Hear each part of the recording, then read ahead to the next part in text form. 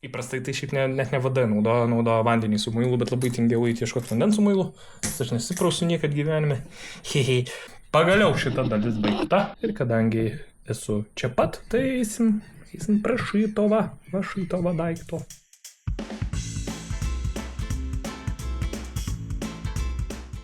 Norėjau sakyti, atidarysim kartu šitą dalyką, bet kol perjunginėjau nustatymus kamerų, jisai tiesiog paėmė ir nukrito. O čia viskas paprasta, čia yra tiesiog blinukas. Tokius su 4 skylėm, smirda senu tepalu.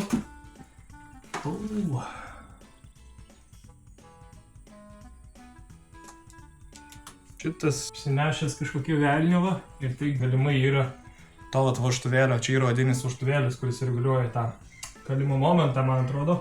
Greičiausiai tas odinis vožtuvėlis privarė purvo, arba čia pati oda, guma papuvus. Gali būti ir vienas ir kitas. Man įdomu modeliai, aš visai noriu jį jungkolis atidaryti.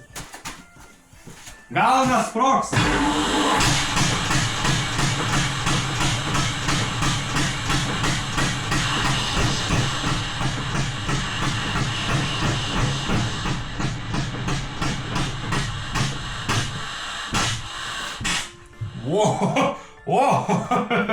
Oro srautas. Neaptaškė man sienos, įdomu. Kameros neaptaškė. Jo, geras. Bet daugiau taip nedarysiu. Buvo baisu. Jis atrodo ganėtinai sveikas, tiesiog pilnas purvo. Na ir čia bus labai, šita pusė labai greitai, labai paprastai. Žodžiu, jungiu timelapsą, nes čia nėra čia ko. Daug ko neparodysiu.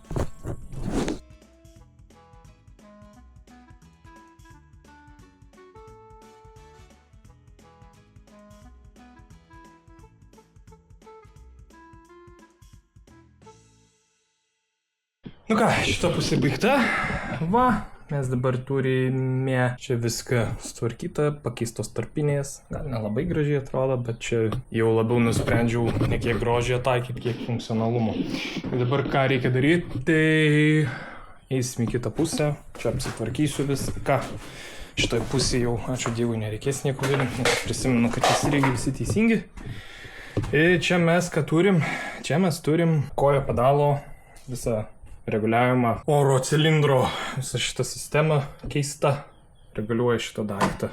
Spaudi pedalą, jisai tą suka viduj.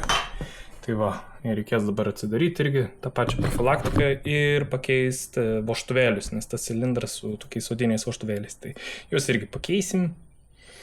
Tai va, gerai, einu apsitvarkyti tą pusę ir netrukus grįšim čia. Au.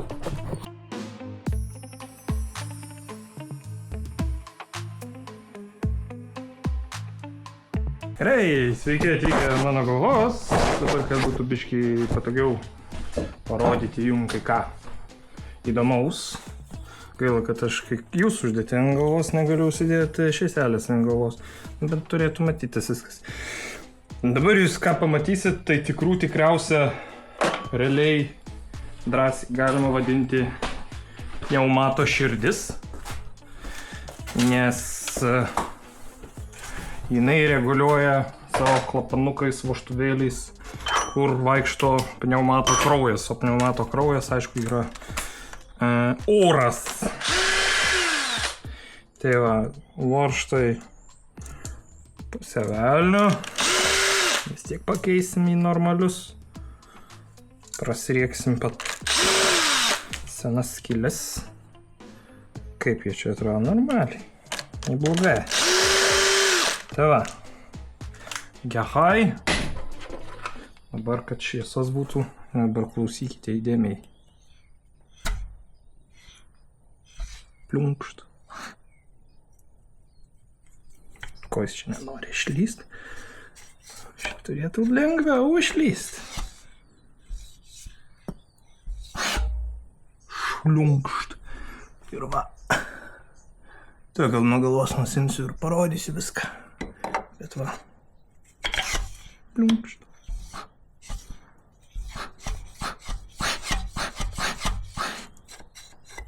Šita dalis yra svarbi. todėl ją visą laiką reikia padėti toliau nuo visų dulkių ir nuo viso abrazyvo. Na, kitaip apsineš ir jisai dėvėsis. Ir tai jau labai purvinas kažkodėl, nežinau kodėl. Reiks pasikonsultuoti pas vieną tokį mechanikutį. Tai va, ir ką mes čia turim?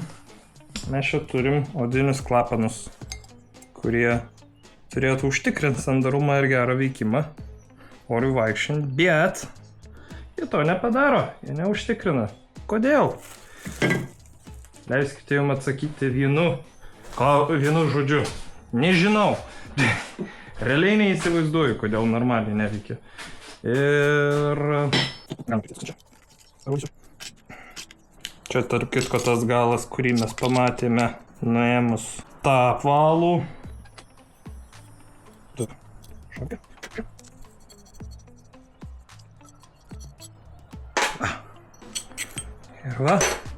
Ir va mes turim odinį klapanuką, kuris, kaip matom, biškį prikepęs.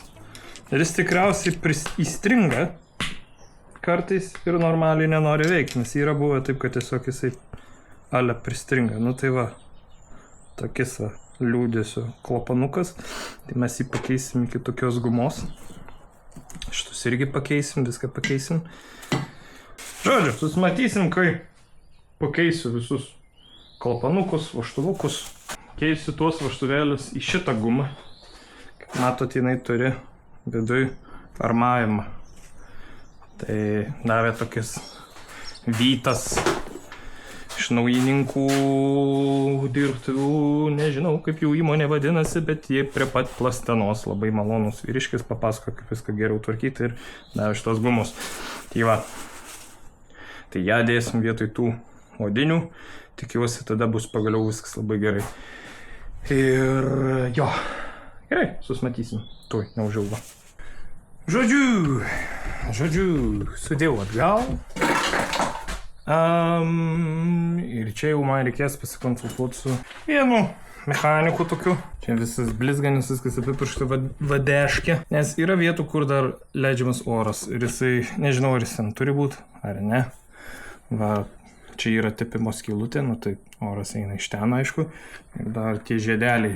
Bet, nežinau, gal čia taip turi būti, neįsivaizduoju. Gal tas mechanikas kažką doro ir gero pasakys. Nu, žodžiu, toliau, kol aš eisiu bateriją kamerai pakrauti, reikės nuardyti šitą, nes dabar įjungiau pasižiūrėti, ar su tais naujais klapanais geriau veikia. Nu, nežinau, aišku, dar turi išsitepti viskas ir gal tada geriau bus, bet normaliai gi neveiks, nes švilpia va, per šitą va dalyką. Tai mes visą šitą dalyką nuardysim, pirmą nuvalysim tepalą, tada nuardysim. Šitą reikės pragręžti, naujai prasriekti ir naują padaryti tepimo varžtą, nes čia jau nieko nepadarys. Čia tas pats panašu ir yra daryti. Tai tikėkime kažkaip sutaisysim visą šitą reikalą. Tai va, kol kas tiek. Einu krauti bateriją.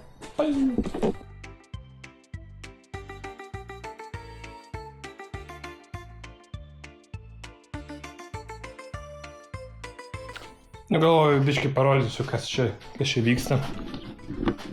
Čia dabar tikrinu atgalinį vožtuvą. Čia toksai darinys su spiruoklė, jisai čia įsideda, įsisuka, tas va ateina gilin. Ir iš esmės, ką jisai daro, tai, kaip atgalinis vožtuvas. Jeigu per didelis slėgis, jisai išleidžia perteklių oro. Ir dabar įdomioji jum dalis. Lempą pasuku. Čia jau yra organas. Va, sukė šitą ratą. Juda šitas daiktas. Ką mes galim pamatyti? Man nelabai patinka šitas spalva.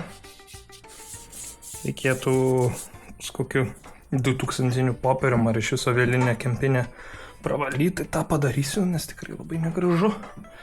Va, o visi tie dryžiai, tai reiškia, buvo kažkoks tais galžgalys ar kas papuolęs, ar kažkoks purvas ir paliko dryžiai.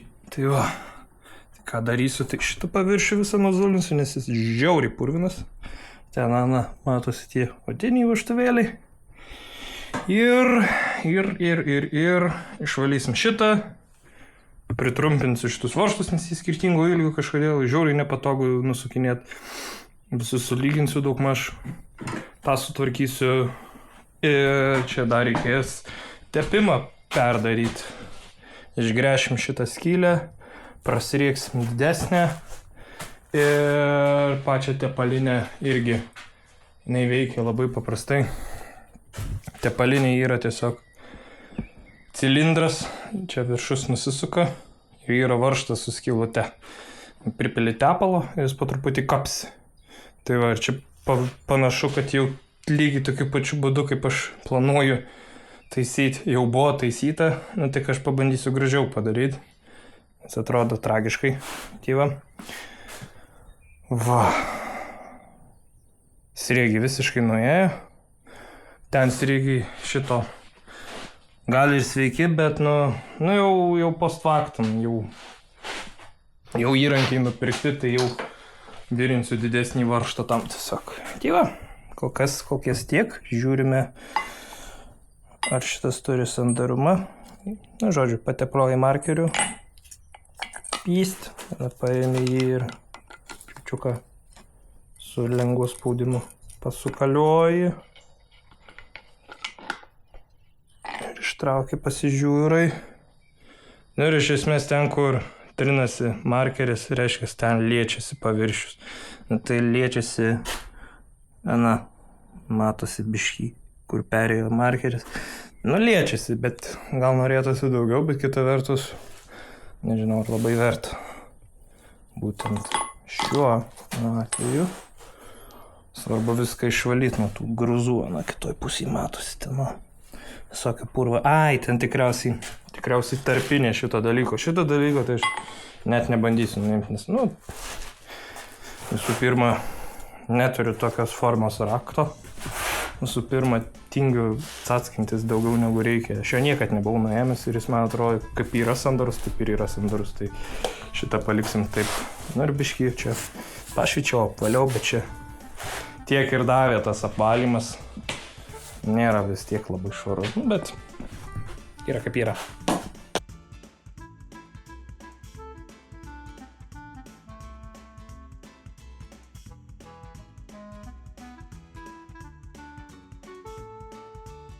Praėjo kelios valandos, bardakas persikėlė ant stalo. Ką per tą laiką padariau, tai stūmoklio paviršių nušveitėm, išvalėm, išsiurbėm taip toliau. Ten va toks kanalas yra, jį irgi dratiniu pravarėm. Dar liko tuos varšus apipjaustyti. Ir tepalinė. Padarėm naują varštą tepaliniai. Iš esmės lygiai taip pat buvo padaryti, tik kad jau tas varštas buvo negyvas. Ką padarėm? Prasiriegėm naują skylę, didesnį varžtą, jame skylutę pragrėžėm kiaurai. Galiai eina, čia yra 2 mm skylutė, o šiaip padavimas yra apie 3 mm skylutė. Ir ką dar gavau patarimą padaryti, tai įkišti kanatuką, kad per greitai netekėtų tepalas. Tai ką, uždėsim čia teflono netrukus. Kai jau atgal viską dėsim atgal. Tiksliau, o netrukus. Netrukus.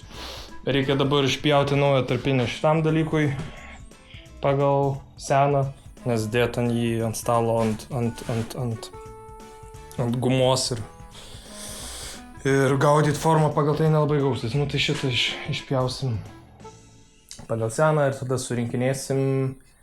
Ir tada bus laikas eiti prie kalamosios. O ten jau bus labai daug reikalų.